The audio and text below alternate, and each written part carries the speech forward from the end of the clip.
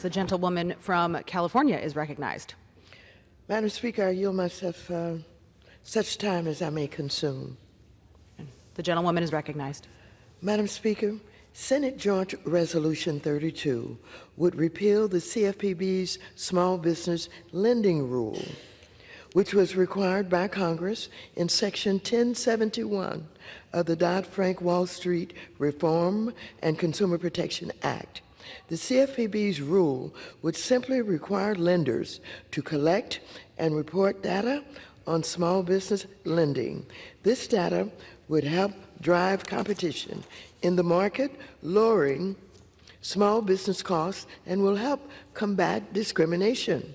I worked closely with my colleague, Congresswoman Nydia Velázquez, who is the ranking member of the Small Business Committee, to ensure that this provision was included in the Dodd-Frank Act, because we both knew how critical this data would be to helping small businesses. Access to capital is a key challenge that many small businesses face. For example, Goldman Sachs found that over 75% of small businesses they surveyed were concerned about access to capital. Research has also shown that minority, women, and LGBTQ plus owned businesses are more likely to be denied loans and pay steeper interest rates. Access to capital is an issue for many family farms who don't have the same access that larger agricultural corporations have. And yes, access to capital is an issue for our young people working in the gig economy, seeking to start a business of their own, but too often are told no by banks. Unfortunately, Section 1071 of Dodd-Frank was not implemented for 13 years. In fact, small business owners had to sue the CFPB under the Trump administration to force implementation of this rule. One of the small business owners who sued the CFPB was LaShonda Young, a black woman who founded Popcorn Haven, a small business selling gourmet popcorn in Waterloo, Iowa. Ms. Young explained that she was a victim of discriminatory lending practices, saying, and I quote, "In several instances, there was just blatant discrimination. In other cases, I found out about it later on. And it wasn't just me." She further explained, and I quote, "I had a regular hourly income. My personal expenses were pretty low, so it wasn't like I couldn't cash infuse from my personnel income if I needed to. My credit score was good, but I couldn't get what I needed. Enough of the disrespect. Enough with the blatant disrespect. When a bank says, we don't want your business for any good reason, why don't you move your account elsewhere?" It was at that point, okay, something has to be done, end quote. The CFPB, under the leadership of a Trump appointee, settled the case and agreed to a court-supervised timeline, resulting in the final rule that the CFPB issued this year.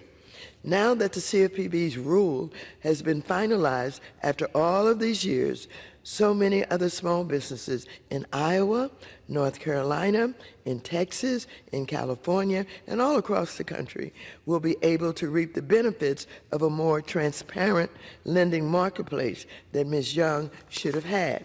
Specifically, the CFPB rule will allow small businesses to comparison shop between lenders and see how much other small businesses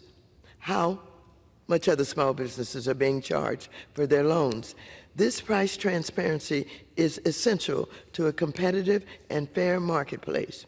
In designing the rule, the CFPB was mindful of its impact on community financial institutions. For example, the rule completely exempts lenders that originate fewer than 100 small business loans in each of the 2 preceding years. This fully exempts more than 80% of depository institutions, including 98% of credit unions. For lenders that originate more than 100 loans, they would have more than 2 years before they would need to begin to comply with the rule in 2026. Make no mistake, Senate Joint Resolution 32 is just another part of Republicans' relentless attack on the CFPB. They have erroneously claimed that the CFPB is unconstitutional and unaccountable, and have even gone so far as to attempt to eliminate the agency altogether. But our constituents disagree. A recent bipartisan poll found that 82% of Americans, including 77% of Republicans, support the CFPB and its mission. With that, I'd like to highlight 3 main points about the CFPB's small business lending rule that this resolution would repeal. First, the data collected under the rule is very similar to data collected under the Home Mortgage Disclosure Act, or HMDA. This data collection under HMDA has been going on for decades, successfully bringing much needed transparency to the mortgage market. Despite misleading claims by Republicans, I want to be very clear that small businesses are not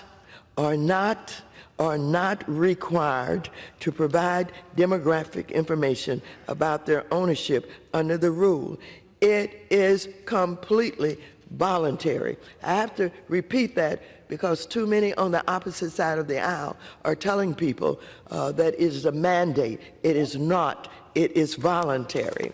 Second, this rule will help all small businesses thrive by providing greater transparency that will drive competition in the small business lending market, ultimately increasing access to credit and lowering interest rates for small businesses. Third, as I mentioned earlier, we have seen how HMDA data for mortgages have been instrumental to identifying discriminatory trends like modern-day redlining. The CFPB's rule would similarly help prevent discrimination in the small business lending market, giving our regulators and the public another tool to identify discriminatory trends.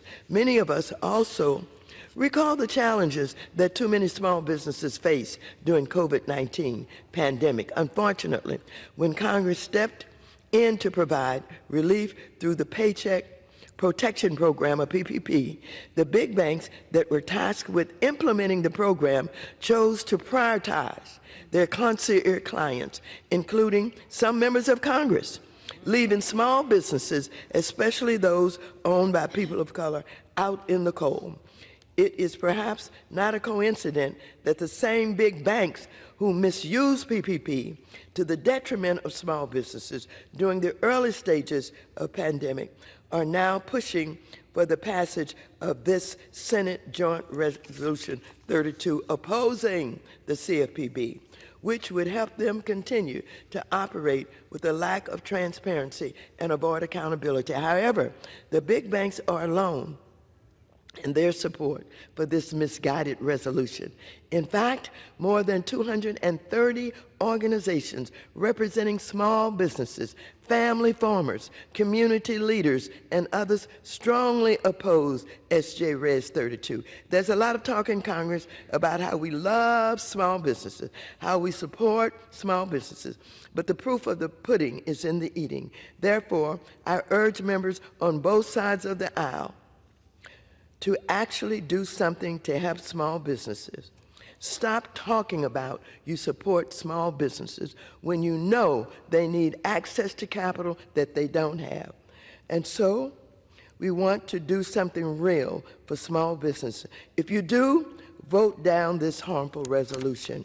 I reserve the balance of my time.